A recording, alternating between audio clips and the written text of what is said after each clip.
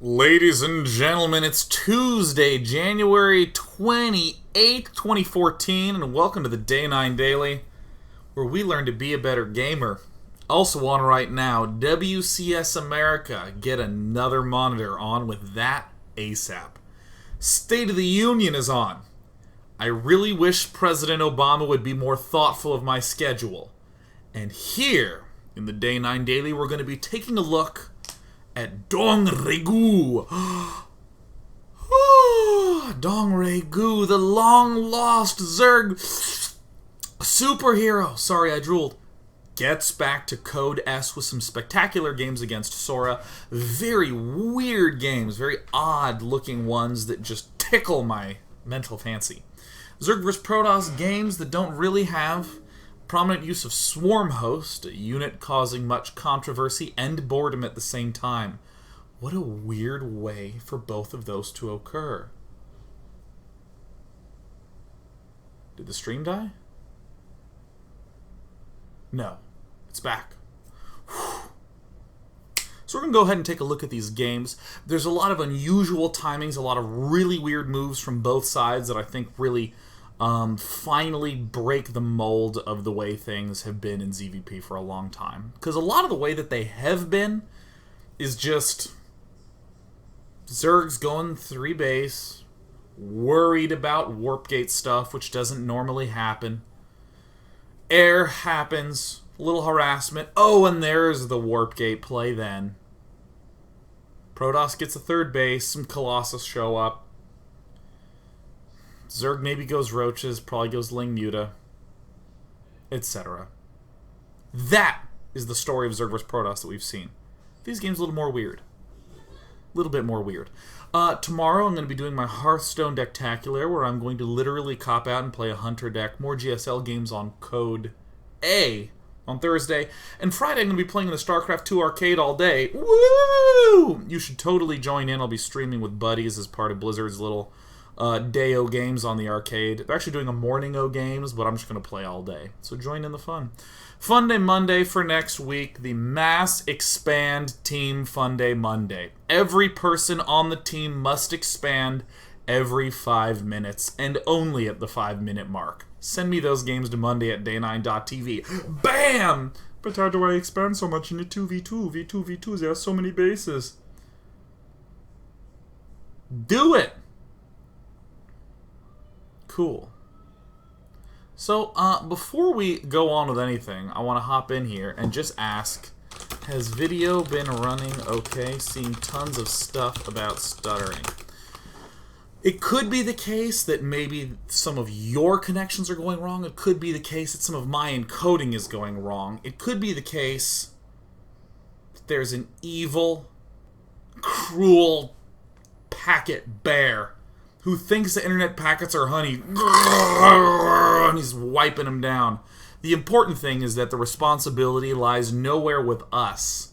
It lies on the Riddle Bear, who is enigmatically consuming packets on the way to and from you and I. Alright, let's talk about Dong-Regu, a sly, popular guy, once reputed to be the best practice Zerg in South Korea. Had a little bit of a slump for quite some time after winning some notable titles, and we haven't seen him for a bit. But that is okay, because many of the techniques of past were shifted around from Heart of the Swarm, and I'm thrilled to see him back on up. Sora is just a weird person. Why doesn't my Control-Shift-F work anymore? Why does my Control-Shift-F not work anymore? Oh my god, tears. Tears! This is so cruel. Sora is one of the weirdest Protosses to watch. He does really insane things. He has great base play. I love watching him play. So Dong-Regu we're going to see have some great timing, some flexibility, versus Sora's just cool buildliness. This first game, we're going to get the chance to see Sora get snapped down by an unusual attack from Dong-Regu, and we're going to talk about why. First and foremost, here is where I would normally expect a script to happen. Here's where I would normally expect the most typical style of play. Let's talk about it. Well, Sora has a pylon in his main base. He's likely going to go gateway, and there it is.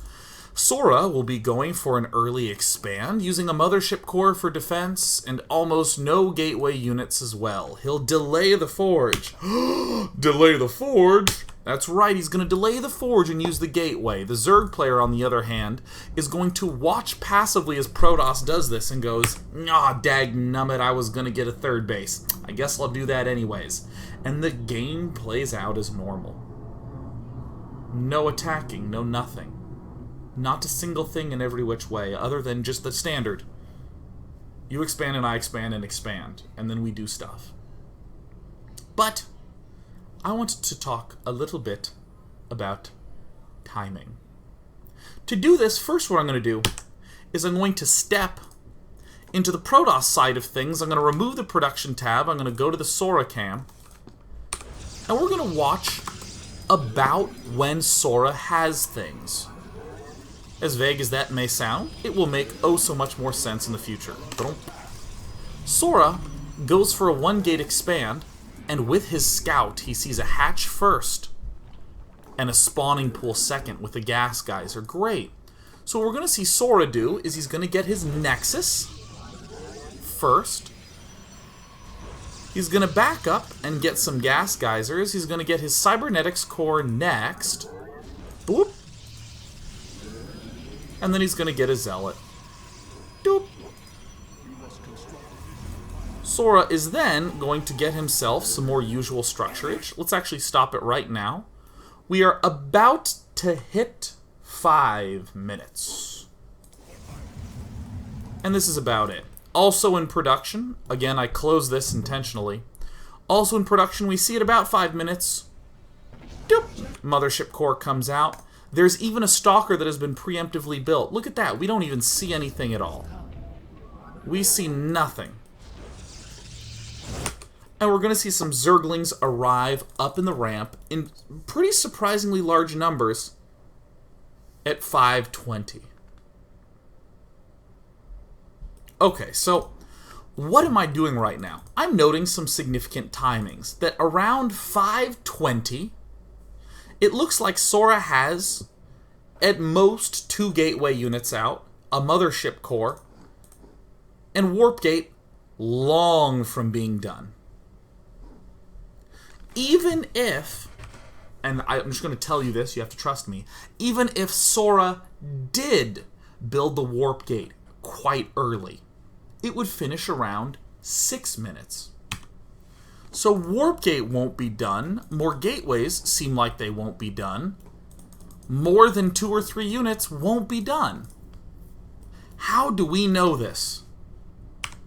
Because we're looking at it. Now, one of the most mysterious things to me, as someone who has played strategy games for many years, is that often some of the most important tools for timing, you can create your own. You can just do that on your own. And so often, it feels in the heart, mysteriously, like there's just timings living somewhere. And it's hard to figure out where's the ancient tome that I need to go under and like swap the bag of peanuts out on the secret trap so that way I can lift the book off it and open it up and find its pages without being gassed to death or have a boulder attack. You don't need to get to the hidden tome of build order timings. You can just make them. You can just make them. You can just make the timings that you want. So, for instance, here is a very reasonable thing that you might do. You might say, I've seen 2 or 3 gateway first expands. Some of them skip the cybernetics core, like in this build. This one, again, skips the cybernetics core and goes straight for the Nexus. See, there it is. Skipping the core, go straight for the Nexus. Other ones go gateway core, and then expand before building any units, and then get the mothership core and zealot. Others get the zealot and get the mothership core and then expand. There's 3 different versions right there. Do them yourself, and you know what you will find? Timings. Just list off all the timings right there, and what you'll often see is that the Protoss player really won't have very many units at all until 6 minutes. What's everything I've just done right now? I've looked at the start of this game from Sora's point of view. I've talked about some theoretical things. I've talked about the fact that you can create the games yourself, the Protoss openings yourself, using a custom game to identify a key fact. Not really that much defense for Protoss until 6 minutes. Let's see why this is important as we come back to this 3-minute mark and look at things from the Zerg point of view. First and foremost, Dong Regu arrives at Sora's base and sees the Nexus with no gate, or with no core. Actually, let me back up even more. We're going to back up to a very early part in time. So look at this. We see that Dong Regu has just now built himself this hatchery. The Overlords haven't really seen anything yet. Just some generally good Overlord scout placement, trying to get as much of a walk path in the vision as possible, while still getting to the ramp as fast as possible. So Dong Regu sees the gateway. Dong Regu has actually been building lots of drones and can now respond to having seen a gateway first by going extractor first. And there is the spawning pool. So Dong Regu is looking. He still doesn't have to make any commitments now. He doesn't have to do any particular strategy blindly. He sees a gas geyser, he sees a gateway, he sees a probe scouting around. I'd just like to note that this is exactly where the Overlord should be. In range of the Nexus, barely, while still seeing as much as the up top as possible. So great, now Dong Regu is going to do the big move that just got me real excited. He's going to just swarm with Zerglings. And let's watch the way that Dong Regu does it. Shall we? Yes, we shall. Ah, delicious California tap. So cool. If you're Sora and you're arriving, you're going to see the drones being pulled off. You're going to see the Zergling speed. I mean, I know this probe has already retreated, but let's just assume that Sora did scout in there. He's going to see it. I mean, what else is a Zerg going to do with a super early extractor? Look at this Dong Regu just massing Lings. Massing them. Nothing but Lings. 2 queens, even. 16 drones here in the main, just 2 there at the backside. And he's just going to flood. This is a map where I would typically say you shouldn't do any aggressive Zergling play on this map. This is a bad map to do it. He can certainly wall off his front easily, and even worse, his natural expansion super easy to wall off. But remember, nothing holds any meaning to us unless it can be talked about in the form of timing. Here's Dong Regu moving up. Pretend with me that another gateway was down as well. Still, there's hardly any units here for Sora. 8 Zerglings with many more on the way. I mean, to put this in perspective, here's 8 Zerglings right here. 17 Zerglings plus another 6. It's a total of 24 Zerglings, including the dead one, that DRG made regardless of what he saw after this Gateway Nexus. And this is kind of a funky timing, but try as Sora might to wall himself in, which he does accomplish, it doesn't even matter, because speed is soon going to kick in. And look at this sweet play. So many people have been asking about what are ways that Zerg can be more aggressive. Well, here's one right here. Based on timing. And it's so easy to look at this and say, well, okay, it's failed. Sora's walling in. But Dong Regu persists. Because he's so convinced that this timing is so strong. And now we can really see one of the clearer reasons why Warp Gate research still is not done.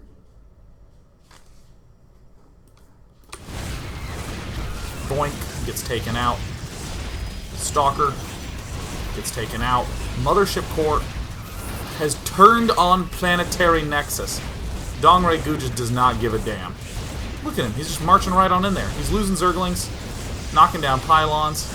Seems like it's about ready to be done, but Photon Overcharge is almost out, and I can't believe that only just now Sora has finished up Warp Gate.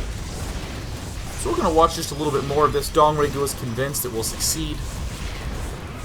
And, I mean, I'm not going to state this out of proportion.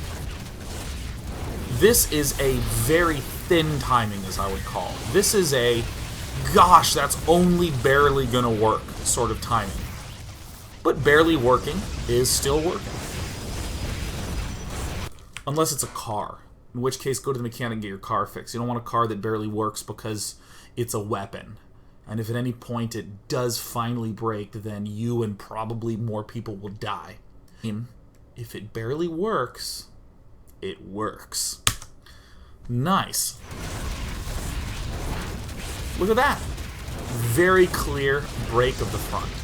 Dongre-gu ahead in supply. So far, all's good in the hood. All's good in the hood. Now, to put out, I think, the proper appreciation for this strategy, I want to note how specific things were. I want you to just imagine all the knowledge inside a player's mind and what that means to be skillful at a game. Because very often when someone will look at a StarCraft pro, or let's get personal. Let's imagine your fantasy that you've had of climbing into that booth at BlizzCon at the WCS Grand Finals. Going up against who? Your favorite player. Ooh, maybe even a player you don't like very much, and you're against him in the finals. And all the things you would imagine yourself doing to get that win there on the main stage. Frequently, that fantasy of what my ideal strategy would be is one of perfection. Here is the one true strategy with the one true technique that guides it forward, that sails me into the harbors of victory, or whatever shit you tell yourself that I tell myself too. That's an illusion. It's a huge breadth of knowledge, and what makes a pro like Dongre-gu a pro is to be able to know each little slice of possibility space perfectly. Let's come back and talk about all those what-ifs at the start of the game, because I just think that this is such an amazing example of game knowledge. Here's Dongre-gu. At this point in time, Dongre-gu might be planning to build a third hatch here or a third hatch here. He's certainly already planned to go for hatch first. He's waiting to see. There still might be other things that Dongre-gu's considering. He's avoiding a cannon rush at this point in time that Sora is feinting. The gateway reveals itself. Now, what Dongre-gu could have been thinking is, aha, I'm going to abandon my plan to go for a third hatchery, and I'm going to do something different. I'm going to get Zergling speed up swiftly and then take that third. So, aha, here's the extractor going down and a spawning pool coming up. I am going to be doing an economic play that involves Zergling speed, but there's still other possibilities here. There's still other things that can be going on. He could be going Nexus before Warp Gate. He could be going he could be going Nexus before Cybernetics Core. He could be going Cybernetics Core and then a Nexus. I have to see, and in this moment, this is where I feel like 90% of Protosses would treat this exactly the same as if the Cybernetics Core had been planted and then the Nexus. Instead, in this one sliver of possibility, in this infrequent build that goes Gateway, Nexus, and then Cybercore, Dongre-gu finds himself in amazing timing to just flood with Zerglings. What brilliance. There's the Zergling speed, the commitment to this play. In one of 100 possible ways that Sora could have opened, Dongregoo had this as the answer for just one of them. And you might ask yourself, does this work if a cybernetics core comes up first, and then this expand goes down? It looks much less likely. It could still be possible. But the important point is that in this one it works, and now Dongregoo can always have that in his playbook, and now you can always have it in your playbook should you find your opponent early enough on that two-player map. This kill sequence, even in the face of an overcharge, and stalkers, and wall-offs, and re-wall-offs, and sentries, and more wall-offs happening, you can still kill it. So I loved this as a cool example of where timings are birthed, what a timing is all about, and how it influences your percentage. Dongregoo, with the knowledge that this Zergling play is successful, can now increase his win rate by like 1 or 2%. And if you do that, with 50 different strategies, you've gone from a 25% winning player to a 75% winning player. Boom. Now feel inspired. What I want to stop part 1 about is to move away from sort of these philosophical aspects and these learning aspects, and instead talk about what does Dongregoo do now? In this position, now that the wall-off's broken, now that he can see the mothership core is extremely low on energy, Dongregoo is in somewhat of a dilemma. He has 18 drones to the 27 of Sora. He has to figure out a follow-up play. Obviously, it's going to be some dronage. Must ensure that this falls down. And what does he do after that? That will be the topic for part 2. The only thing I will note on Sora's end, he's done an amazing job of staying alive and does, I think, one of the cleverest things he could do in this position. He just gets a +1 ground upgrade. Very often the Zerg enemy will have screwed himself on economy to do this attack, so most of Zerg's thoughts in this position is, I need to get my economy back. Sora, who already has an economy, can now get a lead and upgrade, even though he has fallen behind in the expo. When we come back, we're going to examine how this mid-game pans out, and then we're going to watch a second marvelous game between these two players. Hell, hell.